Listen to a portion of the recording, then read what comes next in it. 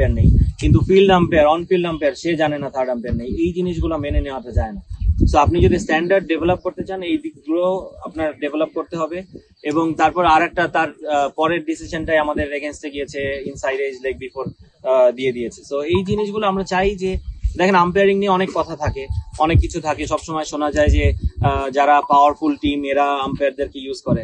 আসলে তো আজকে আপনি রূপগঞ্জ টাইগার বলেন কিংবা প্রাইম ব্যাংক বলেন, কারোই তো এরকম কোনো ক্ষমতা নেই আম্পায়ার নিয়ে খেলার। তাহলে আজকে এই জিনিসটা কেন হলো? সো আম্পায়ারদের মান আসলে বাড়াতে হবে। অনেক আম্পায়ার বাড়াচ্ছে, কিন্তু আমার মনে হয় অ্যাজ এ হোল কান্ট্রি আমাদের যারা আম্পায়ারিং করেন, আমি সবাইকে রেসপেক্ট দিয়ে বলছি, আপনাদের লেভেলটা আরেকটু যদি ভালো হয় তাহলে আমাদের ক্রিকেটের স্ট্যান্ডার্ডটা আরেকটু হাই। তাহলে ভাই আপনি অনেক আগে মনে হচ্ছিল ছিটকে যাবেন, আত্মবিশ্বাস ছিল কিনা?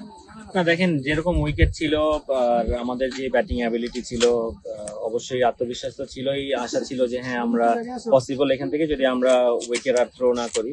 প্রথমে যে উইকেট গুলো আমরা করেছে ওইগুলো আমাদের ম্যাক্সিমাম গিফট করা। সো উইকেট গিফট করে আসলে আসলে আপনার কিছু করার থাকে না, আপনি হেরে যাবেন ম্যাচ। কিন্তু তারপরে আমরা যেখান থেকে দীপু, অপু, তারপরে পাটোয়ারি এবং খালেদ যেভাবে শো করলো, so it shows the character. আসলে একটা ভালো টিমের আসলে এগুলোই লক্ষণ যে আপনি যে কোনো সিচুয়েশন থেকে আপনি ওভারকাম করতে পারেন। সো এই বিশ্বাসটা আমাদের সবসময় ছিল। টিম মিটিং আমরা এগুলো কথা বলেছি যে যখনই ব্যাটিং করুক না কেন, কিংবা যার হাতে আজকের দিন যার হবে, যে অপরচুনিটিটা পাবে, সেট থাকবে, তার দায়িত্ব থাকবে আসলে টিমের হয়ে ম্যাচটা বের করে আনা। সো সেটাই করেছে শামীম পাটোয়ারি এবং খালেদ, এবং প্রথম দিকে দীপু এবং অপু। সো আমরা দেখেন উইকেট পড়েছে, কিন্তু আমাদের রান কিন্তু কখনোই কম ছিল না, আমরা সবসময় রান রেট থেকে অনেক এগিয়ে ছিলাম। সো এই জিনিসগুলোই আমাদেরকে মানে আজকের ম্যাচটা জিততে সাহায্য করেছে। না দেখেন, রান আউটটার অ্যাপিল ছিল এবং আম্পায়ার তখন থার্ড আম্পায়ারে চলে গিয়েছে। সো থার্ড আম্পায়ারে যাওয়া মানে একটা আম্পায়ারের ডাউট থাকে, তখনই আম্পায়ারের মাথায় কখনো ডাউট থাকলেই সে থার্ড আম্পায়ারের ডিসিশন চায়।